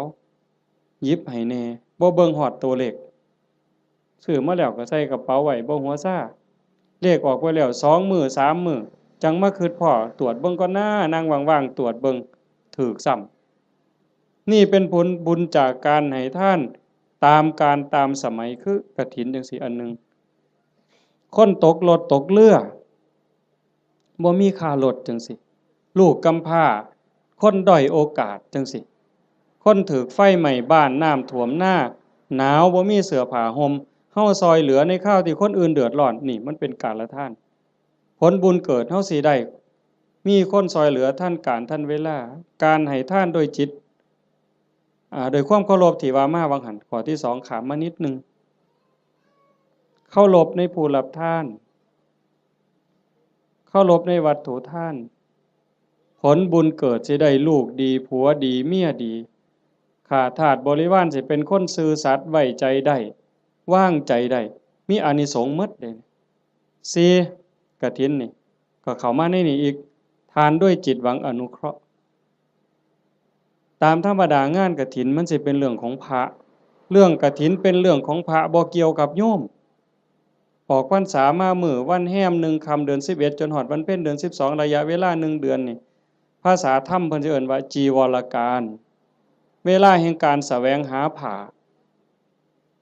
ออกพรรษาปั๊บเพิ่นก็สิแยกย้ายกันไปเพราะว่าผ้าสมัยเก่ามันบ่ได้ดีคือซุมื้อผ้ามันเปื่อยเป็นฝ้ายอีโป้แม่นบ่พ่อใหญ่อาตมาก็ได้ใช้อยู่ย้อนหลังไป40กว่าปีหั่นฝ้ายตำเอาเองมันบ่ได้เหนียวบ่ได้หมั่นปานนี้มายิ่งสมัยก่อน2,600กว่าปีโยมว่ามันสิปานใดบัดไปเก็บมาจากกองขยะผ้าห่อศพจังซี่ผ้าเปื้อนประจำเดือนไม่ออกก็ไปถิ้มจังซี่พระไปฉีกเอามาต้มน้ำเลือดน้ำเหลืองออกซักน้ำออกมาเย็บเป็นผืนแต่บัดมื้อนี้ย้ายผู้เป็นเจ้าภาพพร้อมลูกพร้อมหลานเขียนหนังสือว่าสั่นก็ถือพานดอกไม้ไปกราบหลวงพ่อเจ้าอาวาสหลวงปู่หลวงตาครูบาอาจารย์บ่ต้องลำบากเด้อบ่ต้องกังวลเด้อเรื่องกฐินปีนี้ข้าน้อยสิพาลูกพาหลานพาพี่พาน้องเฮ็ดถวายดอกเด้อให้ครูบาอาจารย์สำบายใจได้ศึกษาธรรมะปฏิบัติธรรมะมาบอกมาสอนพวกผู้ค้านี่คือการให้ทานด้วยจิตหวังอนุเคราะห์นั่งเมื่อให้ทานด้วยจิตหวังอนุเคราะห์จังสี่ผลบุญมันเกิดในเมื่อผลบุญเกิดขึ้นมาปั๊บเพิ่นบอกว่าเฮาสิได้ใช้ได้สอยแต่สิ่งดีสิ่งงามของเหลือเลือกเขาก็เป็นของดีเขาเลือกไปหมดแล้วเหลือไว้อันเดียวเฮาเอามาใช้ก็สิเป็นของดีมีคุณภาพมีความคงทนอันนี้บุญได้เป็นผู้เอาให้บ่มีพระเจ้าทั้งใดโดนบันดาลบ่มีพระพรหมทั้งใดลิขิตแต่ว่าผลบุญผลกรรมของแต่ละคนที่ตนเองสร้างตนเองเฮ็ดมันสิส่งผลเองนี่ให้ทานโดยจิตหวังอนุเคราะห์กฐินก็ในหันจังว่ามันเป็นบุญหลายให้ทานโดยการบ่เบียดเบียนบ่เบียดเบียนตนเองบ่เบียดเบียนผู้อื่นก็คือในงานนี่บ่เห็นเหล้าเฮาบ่เบียดเบียนเขาโดยเอาเหล้ามาเกลือเขามันดีซั่นบ่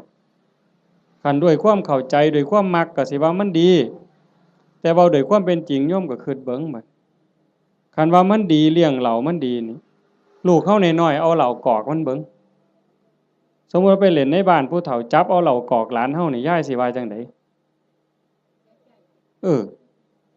ยามผัวเมาเหล้านี่สำบายใจบ่ไปนั่งกินอยู่นั่นก็เคิกเวลาเฮ็ดนาแล้วอันนั้นบ่ทันเมาได้แต่นั่งกินอยู่นั่นก็บ่แห้งแล้ว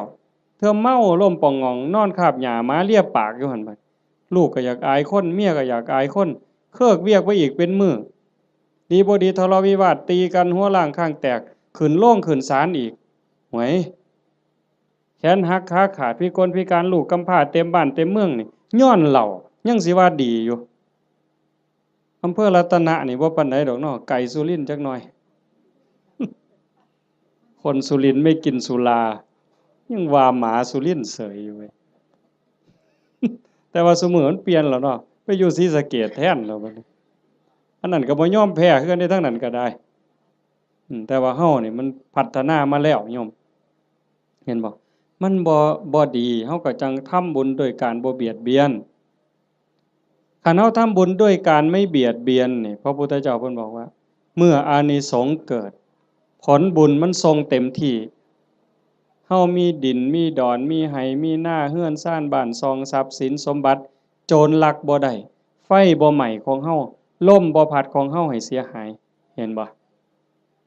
เพิ่นจังว่าเฮ็ดบุญกฐินมันได้บุญหลายมันก็แม่นคันเฮ็ดเป็นบ่เป็นก็จอดคือกันลงทุนเป็นแสนเป็นล้านก็ลองเบิ่งติล่ะคันเฮ็ดแบบว่าน่ะนี่ขาหมูขางัวสั้นขาสังลางไว้นี่ผู้ใดมาก็ปาดก้อยซกเล็กอยู่กับนี่โลดเอ้าลองเบิ่งเราก็เอารถมาจอดไว้นี่อยากกินเท่าใดก็กินนี่มันจะบ่ตีกันหัวล้างข้างแตกอยู่นี่เจ้าภาพสิไปอยู่ไสล่ะเจ้าว่ากินบ่อิ่มด่าเจ้าภาพอีกเมามาฮากใส่เจ้าภาพเสร็จอีกลองเบิ่งเป็นบุญปานใดบัดนี้บ่มีแต่ว่าคันแนวนี้แม่ป้าพ่อลุงแม่ใหญ่จักมาแต่ไสนี่มานั่งฟังเทศน์ฟังธรรมนำกันด้วยความสงบงามอันนี้มันเกิดบุญมื้อนี้จะเว้าเรื่องกฐินจักนิดนึงแต่ว่ามันจะได้บุญหลายแนวใดเขาเบิ่งเอาแต่ซ้ำสายตาเฮาเห็นคันเป็นบุญอย่างอื่นบุญแจกข้าวบุญอัฏฐาซื่อๆโยมก็บ่เฮ็ดคักปานนี้อันนี้เตรียมการโดนเป็นแห้มเดือนแห้มปีตั้งต่อเพราะว่าเฮาเชื่อว่ามันเป็นบุญ บอกลูกบอกหลานว่าลูกเอ้ยหลานเอ้ยทั้งลูกไผ่ลูกเขยหมู่เจ้าเก็บเงินเด้อออมเงินเด้อประหยัดแน่แม่สิพาเฮ็ดบุญกฐินหาพ่อใหญ่แม่ใหญ่หาปู่หาย่าหาพ่อผู้มีพระคุณในวงตระกูลเฮาอย่าสะเอาแต่สองนี่เด้บ่แม่นเพียงแค่ตาพ่อใหญ่ตาแม่ใหญ่พุทธบุญรัตน์อย่างเดียวพ่อแม่ในอดีตปู่ย่าตาทวดในชาติก่อนภพก่อนผัวชาติก่อนเมียชาติก่อนลูกเต้าเหล่าหลานแต่อดีตตลอดฮอดเจ้ากรรมนายเวรเฮาเอาพ่อใหญ่ตาแม่ใหญ่พุทธนี่เป็นหลักแล้วก็ต่อไปฮอดพวกที่เฮาบ่เคยฮู้จักนั่นคือพวกเหล่านั้นเพิ่นอาจจะรอคอยรับบุญรับกุศลที่โยมเฮ็ดอยู่เฮาจะบ่ขี้ทีแฮ่งให้แฮ่งได้อย่าไปเว้าเด้มันเรื่อยๆอยู่แม้แต่อยู่วัดครูบาเขารายการจังซี่หรือไปเทศน์บางหม้องยังมีอยู่ในความคิดจังซี่ว่าคันอุทิศไปให้ผู้อื่นมันสิบ่หมดบ่เพิ่นย้านบุญเพิ่นหมดเฮ็ดแล้วต้องเอาผู้เดียวคันกรวดน้ำอุทิศไปมันสิหมดบ่เพิ่นย้านบุญหมดจริงๆมันบ่หมดยิ่งให้ยิ่งได้ยิ่งให้ยิ่งหลายเฮาเบิ่งคือเฮาเตรียมกฐินผูกผ้าเตรียมอาสสงฆ์เฮ็ดฝาเฮ็ดผ้าข้างหลังเฮ็ดสายลุงหาบักกล้วยบักอ้อยบักพร้าวตั้งอิหยังขึ้นมาไม้กวาดหามากกกล้วยกกอ้อยหามากองกฐินนี่มันยิ่งใหญ่ความตั้งอกตั้งใจจังซี่มันก็ก่อให้เกิดบุญพอเฮาเฮ็ดด้วยศรัทธาเฮ็ดด้วยความเคารพเฮ็ดด้วยความตั้งใจนี่อานิสงส์มันหลายแล้วก็อีกอย่างหนึ่งหลังจากเฮานอกจากเฮาจะเฮ็ดด้วยความตั้งอกตั้งใจด้วยความศรัทธาแล้วประโยชน์มันเกิดกับพระพอประโยชน์เกิดกับพระที่เอิ้นว่าอานิสงส์เกิดกับพระแล้วมันก็ยังย้อนมาใส่โยมแม้แต่เฮาบ่เฮ็ดจังซี่อ่าอานิสงส์ที่มันเกิดจากการเป็นคนดีมีศีลมีธรรมที่เฮาเฮ็ดอยู่ประจำพระพุทธองค์เพิ่นก็บอกว่ามันมีอยู่4อย่างอันนั้นคือสากลสิใส่บาตรหน้าบ้านหน้าเรือนซอยเหลืองานสาธารณะจังซี่งานวัดงานโรงเรียนงานตำรวจงานอนามัยเฮาไปซอยด้วยความตั้งใจด้วยความจริงใจเพิ่นว่า1ชื่อเสียงอันดีฟุ้งขจรไปไกลก็แม่นอีหลีคันโยมเป็นคนดีมีจิตใจเอื้อเฟื้อต่อโลกต่อสังคมชื่อเสียงอันดีฟุ้งขจรไปไกล2คนดีย่อมคบหาดีดูดดีชั่วดูดชั่วพวกเล่นไพ่มันก็บ่ได้มาติดประกาศผู้ใหญ่บ้านบ่ได้ประกาศเอิ้นเด้มื้อนี้เด้อผู้ใดสิไปเล่นไพ่ไปส่งนั่นเด้อเขายังขาดขาอยู่ผู้ใหญ่บ้านบ่ได้ประกาศเด้ไปเองหมู่มันสิกินเหล้าก็บ่ได้เอิ้นประกาศมาเด้อตอนนี้มาแล้วเหล้าขาวก็มาแล้วเหล้าสีก็มาเบียร์ก็มาหมดทุกยี่ห้อฟ้าวมาบ่ได้เอิ้นไปเองมันดูดกันไปดีดูดดีชั่วดูดชั่วอันซุ่มไปวัดปฏิบัติธรรมนั่งสมาธิอันนี้ก็บ่ได้ยากคือกันไปแล้วบ่เฒ่าพร้อมแล้วบ่โทรศัพท์ถ้าค่อยได้เด้อไปโลดเห็นบ่อันนี้คือกันอานิสงส์ของคนเฮ็ดคุณงามความดีชื่อเสียงอันดีฟุ้งกระจรไปไกล2คนดีย่อมคบหา3เป็นที่รักของมนุษย์และเทวดามนุษย์คือผู้มีใจสูงใจดีใจงามมีศีลหาเต็มเปี่ยมมีกุศลกรรมบท10หวังดีต่อพี่ต่อน้องนั่นคือมนุษย์เป็นมนุษย์คนแล้วก็เทวดาคนมีหิริมีโอตตัปปะนอกจากมีศีลแล้วมีธรรมแล้วก็ยังอายซัวกลัวบาปเข้ามากำกับในใจอีกนั่นเป็นมนุษย์เทโวเทวดาคนยังเป็นนี่แหละแล้วเทวดาที่เฮาบ่เห็นโตเพิ่นก็ย่อมคุ้มครองรักษาคนเฮ็ดบุญคนสร้างบุญเป็นหยังเพราะว่าคนดีคนเฮ็ดบุญคนสร้างบุญนี่เขาสร้างบุญเทวดาก็สาธุเทวดามาทอดกฐินบ่ได้ดอกโยมเชื่อบ่เทวดามาทอดกฐินบ่ได้เทวดาสิมายกผ้าเข่าถวายพระบ่ได้เฮ็ดจังได๋ล่ะก็สาธุแหละเห็นหมู่เฮาเฮ็ดมื้ออื่นนี่เพิ่นก็สาธุนั่งฟังเทศน์นี่เพิ่นก็สิสาธุนำเฮาเนี่ยเพิ่ พิ่นก็ได้นำเฮาเพิ่นจังว่าเป็นที่รักของมนุษย์และเทวดาเพิ่นฮักเพิ่นคุ้มครองเพิ่นรักษาเพราะว่าเพิ่นได้บุญนำ4เวลาสิตายก็ไม่หลงลืมสติตายจำเป็นแท้เด้คันคนสร้างดีสร้างงามสร้างบุญอยู่บ่อยๆจิตใจมันสิกอดเกี่ยวพันอยู่กับบุญกับกุศลจิตบ่เศร้าหมองจิตบ่กังวลจิตบ่เป็นทุกข์มันก็ย่อมไปสู่สุคติไม่หลงลืมสติตายแต่คันคนไปลักเขาแน่ไปฆ่าเขาแน่ตั้งแต่นอนมันก็สะดุ้งเคยเห็นบ่ล่ะเคยเป็นบ่เจ้าไปเฮ็ดแนวบ่ถูกต้องบ่ดีบ่งามมานอนก็สะดุ้งอย่าสะเว้าแต่บัดสิตายเด้นี่นอนบ่เป็นหลับเป็นตื่นพวกไปลักเขาไปปล้นเขาไปฆ่าเขามานี่โอ้มันสิสะดุ้งแม้กระทั่งการอยู่การกินคันแม้แต่สิกินข้าวลางเทื่อก็สงสัยมันสิวางยากูบ่น้อพู้นเด้มันสิหาความสุขได้บ่ใดบัดนี้เจ้าว่าคันคบกับคนบ่ดีอยู่ในสังคมจังซั่นแม้แต่สิกินน้ำแม้แต่สิกินข้าวก็เกิดความระแวงมันจังหาความสุขที่แท้จริงบ่ได้คันบัดล้มป่วยล้มหมอนนอนเสื่อใกล้สิตายบัดบาปกรรมต่างๆไปฆ่าเขาไปตีเขาไปลักเขาไปปล้นเขาเถียงพ่อเถียงแม่เฮ็ดให้พ่อแม่ทุกข์อกทุกข์ใจมาหลอกมาหลอนจิตเศร้าหมองปั๊บตายในขณะที่จิตเศร้าหมองก็ทวนเลย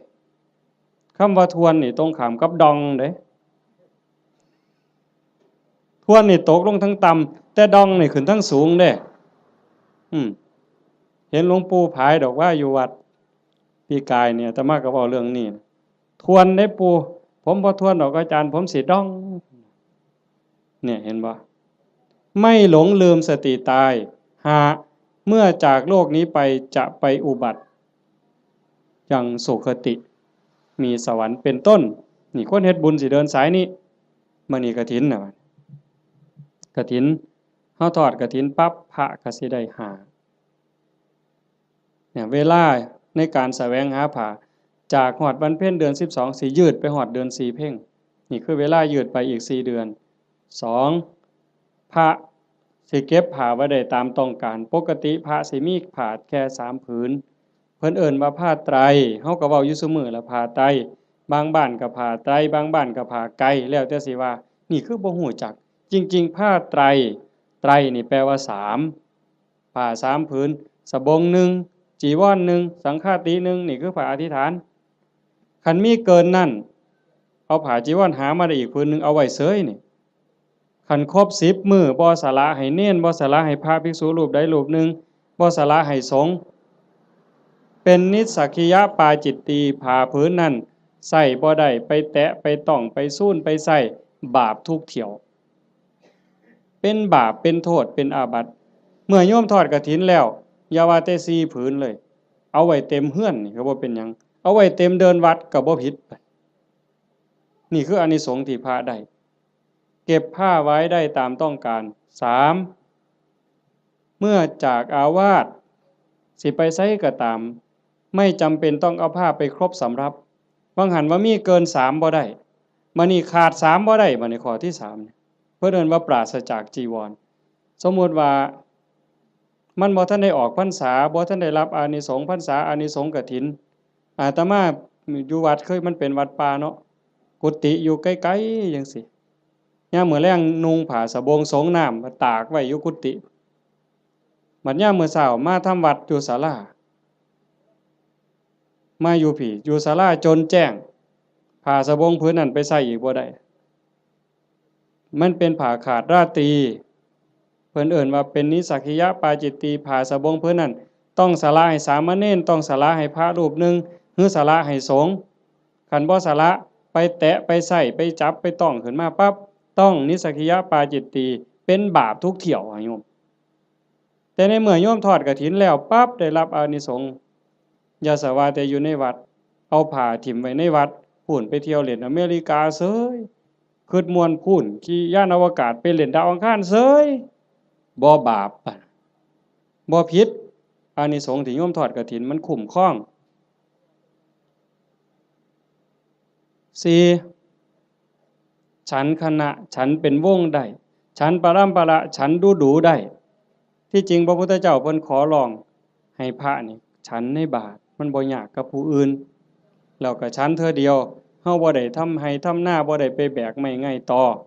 หากินเองบ่ได้กินดูหลายโยมเขายากเมืองสิซะ ออกซื้ออาหารบ่ได้จังซี่แต่มอโยมทอดกฐินแล้วปั๊บก็สามารถฉันเป็นกลุ่มเป็นวงได้เพราะว่าเฮ็ดผ้ามันอาจสิบ่แล้วง่ายในเวลาจังซี้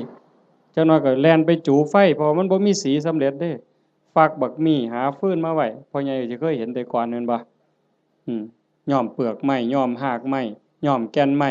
เขี่ยวไว้จังซี่กำลังฉันอยู่ไฟอ่อนไฟสิมอดก็ออกไปจูไฟมาฉันอีกก็ได้จังซั่นน่ะเพิ่นว่าสิฉันจักเทื่อก็ได้แต่ว่าอย่าเกินเที่ยง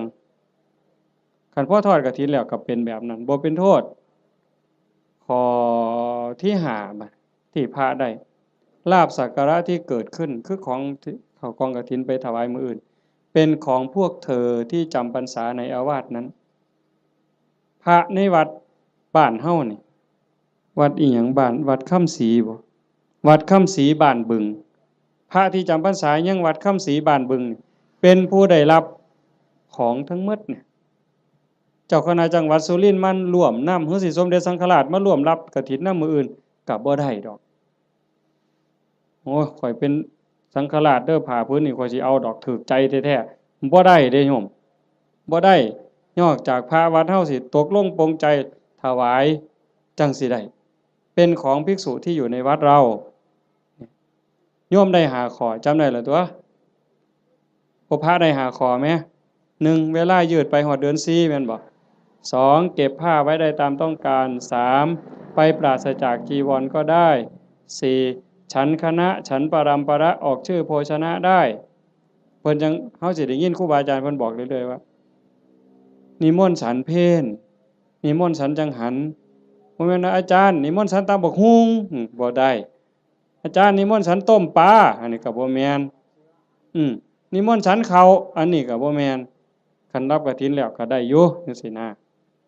แต่เฮาก็บ่จำเป็นก็จักสิไปว่าเฮ็ดหยังเนาะก็แล้วไปดอกบัดนี้โยมได้หยังบัด1อายุยืนผู้ทอดกฐินผู้ร่วมไปอนุโมทนากฐินสิได้ประโยชน์คืออานิสงส์1อายุยืนชาตินี้อาจจะท่านบ่ทันก็บ่แน่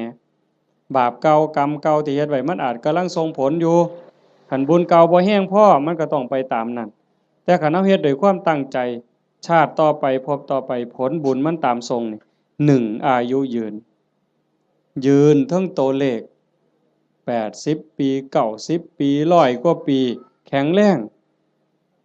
บ่แม่นนอนอยู่ในห้อง ICU ว่าอายุหลายปานใด100ปีโอ้ก็บ่พอใจดอกแนวนั้นเนาะ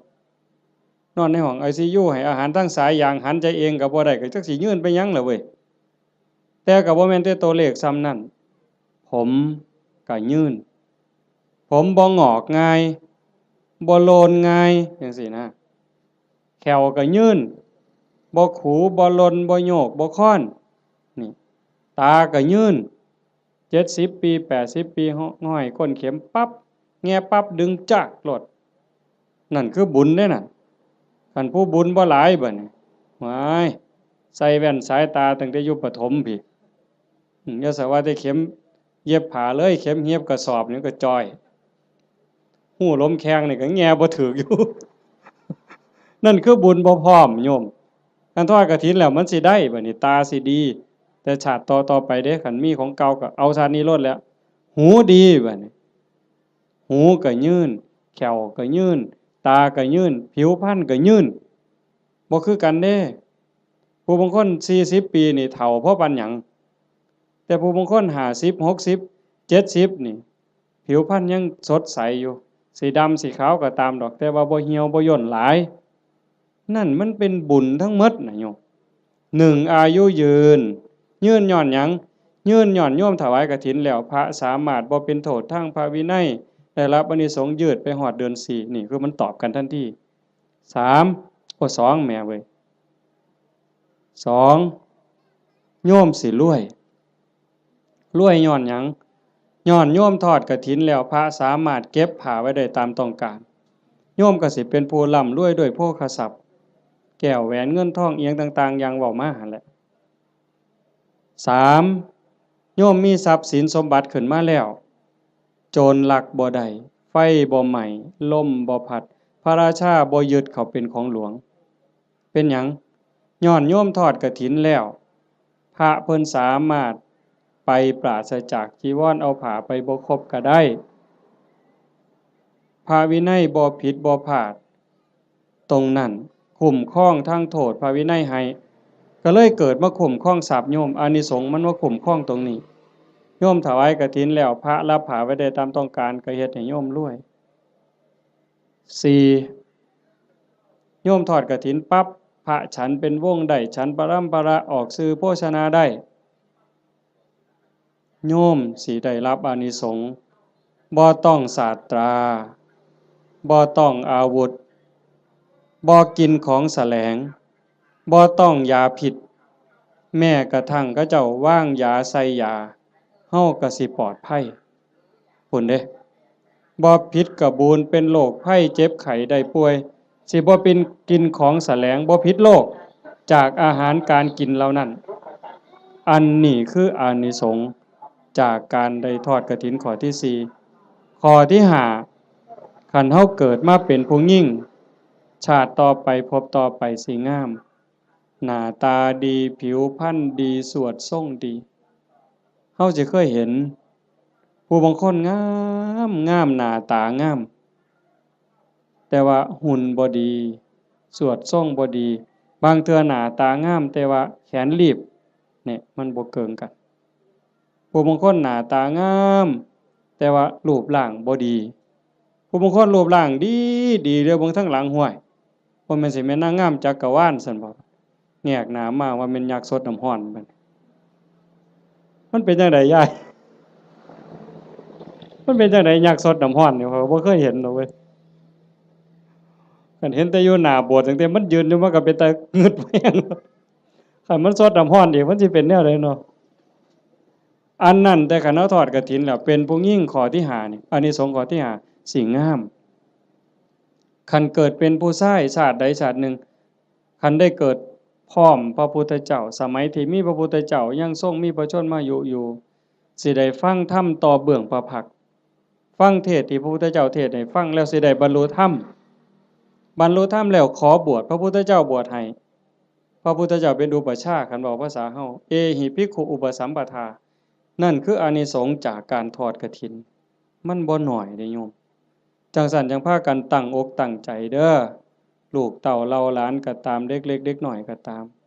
โยมแม่ออกผู้เป็นเจ้าภาพหลักตุ่มพี่ตุ่มน้องถือว่าเป็นประมุขเป็นประธานเป็นหัวหน้าเทวดาให้เฮ็ดใจให้ม่วนๆบ่ได้เฮ็ดดูปานใดดอกปีนี้อาตมาก็จะเฮ็ดอยู่หลังจากแล้วอยู่วัดวันที่21 22ทอดอยู่วัดวันที่25อาตมาสิไปทอดอำเภอเสรภูมิจังหวัดร้อยเอ็ด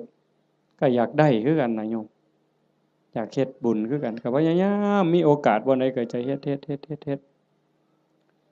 ให้เฮาได้ตั้งอกตั้งใจรักษาใจเจ้าของนี่จากนี้ไปให้มันงามๆไผสิว่าจังใดก็สร้างสิเกิดอิหยังขึ้นก็ให้ใจเฮาสงบให้ใจเฮางามเพื่อมันสิเป็นแรงเกื้อหนุนส่งจิตวิญญาณเฮาให้ไปที่ดีที่งามไปสู่ที่ชอบที่สุขตินอกจากนั้นเฮาก็มีความหมายหมั่นปั้นมือว่าสิอุทิศบุญกุศลให้บุคคลผู้มีพระคุณเป็นพ่อเป็นแม่ปู่ย่าตายายผู้มีพระคุณทั้งหลายที่เฮาฮักเฮาแพง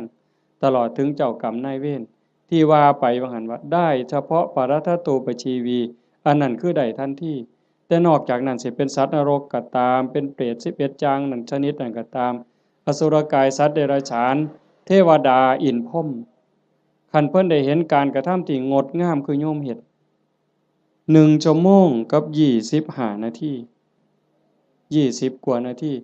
ที่เฮาฟังธรรมมานี่เฮาเงียบเฮาสงบเฮาตั้งใจมองนี่บ่ว่าดวงจิตดวงใดดวงวิญญาณดวงใดก็แล้วแต่สิล่องลอยมาพบมาพ้อมาเห็น อดบ่ได้ย่อมอ่อนซ่อนย่อมอนุโมทนาเพิ่นสิได้นำเฮาตอนเพิ่นอนุโมทนายินดีนำอ่อนซ่อนนำอันนี้นักปราชญ์ก็ยกย่องบัณฑิตก็สรรเสริญแม่นพระพุทธเจ้ามาพบมาพ้อเฮานั่งฟังเทศน์สมโพธิกองกฐินอยู่จังซี่พระองค์ก็ย่อมอนุโมทนาสาธุจังซั่นจังว่าบุญตรงนี้เกิดแน่ๆเกิดหลายซ้ำเด้บ่แม่นแต่อาตมาเว้าโยมได้ไหว้พระโยมได้ถวายทานโยมได้สมาทานศีลได้ฟังพระเพิ่นสวดมาติกาสักบงสุกุลเฮาได้ฟังเทศน์ฟังธรรมด้วยความเคารพอันนี้คือกิริยาอาการที่เป็นบุญปุญญกิริยากุศลกิริยามันกลายเป็นบุญเป็นกุศลให้โยมเฮ็ดไปเรื่อยๆจนกว่าสิบ่มีลมหายใจบ่อิ่มบ่เต็มบ่เพียงบ่พอง่ายอย่าว่าพอแล้วล่ะอย่าว่าพระพุทธเจ้าตรัสรู้เป็นพระสัมมาสัมพุทธเจ้าแล้วมีมื้อใดที่พระพุทธเจ้าบ่เฮ็ดบุญบ่เป็นแบบเป็นอย่างบ่สอนธรรมแม้กระทั่งลมหายใจสุดท้ายสิมาถึงนอนเหยียดลงแล้วที่สารวโนทยานเมืองกุสินาราก่อนใจสิดับลงพระองค์ก็ยังได้ตรัสสังขารทั้งหลายมีความเสื่อมไปเป็นธรรมดาเธอทั้งหลายจงตั้งตนในความไม่ประมาทประโยชน์ตนก็อย่าประมาทประโยชน์คนอื่นก็อย่าประมาทประโยชน์ทั้งสองฝ่ายก็อย่าประมาทให้รีบสร้างรีบทำเห็นบ่เฮาก็คือกันโยมท่านก็เฮ็ดศีลก็รักษาภาวนาก็ภาคเพียรอ่อนน้อมถ่อมตนต่อผู้หลักต่อผู้ใหญ่ผู้เฒ่าผู้แก่พระสงฆ์องค์เน้นซอยขนขวายในกิจที่ชอบอันใดที่เป็นประโยชน์ออกเหงื่อออกแห้งซอยกันเฮ็ดช่วยขนขวายในกิจที่ชอบฟังธรรมแสดงธรรมอนุโมทนาบุญอุทิศส่วนบุญ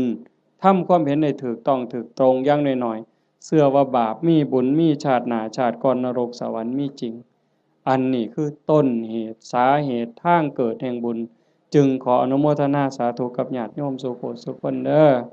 ท้ายที่สุดก็ขอรัตนะอ้างอิงเอาอำนาจแห่งคุณพระศรีรัตนตรัยคุณของพระพุทธเจ้าพระธรรมพระสงฆ์และอำนาจแห่งบุญกุศลคุณงามความดีที่มีทั้งหมดทั้งมวลในสากลจักรวาลจงหลอมร่วมมาเป็นตบะเป็นเดชะเป็นพลวะปัจจัยอำนวยหนุนทรงไปถึงดวงจิตวิญญาณของโยมพ่อใหญ่ตาแม่ใหญ่พุทธบุญรัตน์ตลอดถึงญาติโกโหติกาปู่ย่าตายายผู้มีพระคุณทั้งหลายสรรพสัตว์ทั้งหลายเจ้ากรรมนายเวรของญาติโยมทั้งหลายหากว่าสามารถรับรู้รับทราบได้ด้วยตนเองก็จงอนุโมทนาสาธุรับเอา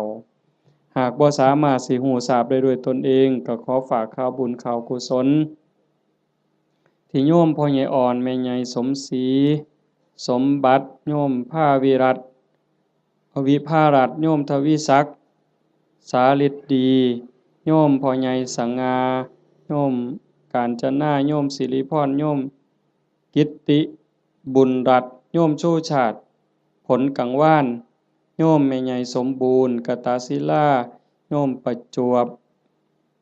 โยมมณีรัตน์สมุทรหลาโยมหานโยมชาญชัยโยมดวงธิดากตศิลาโยมพรณภากตศิลาโยมไกรสอนโยมจันทิราตะการจันทร์พร้อมทั้งญาติโยมหมดสุขุสุคนได้สร้างได้ทำในข้าวครั้งนี้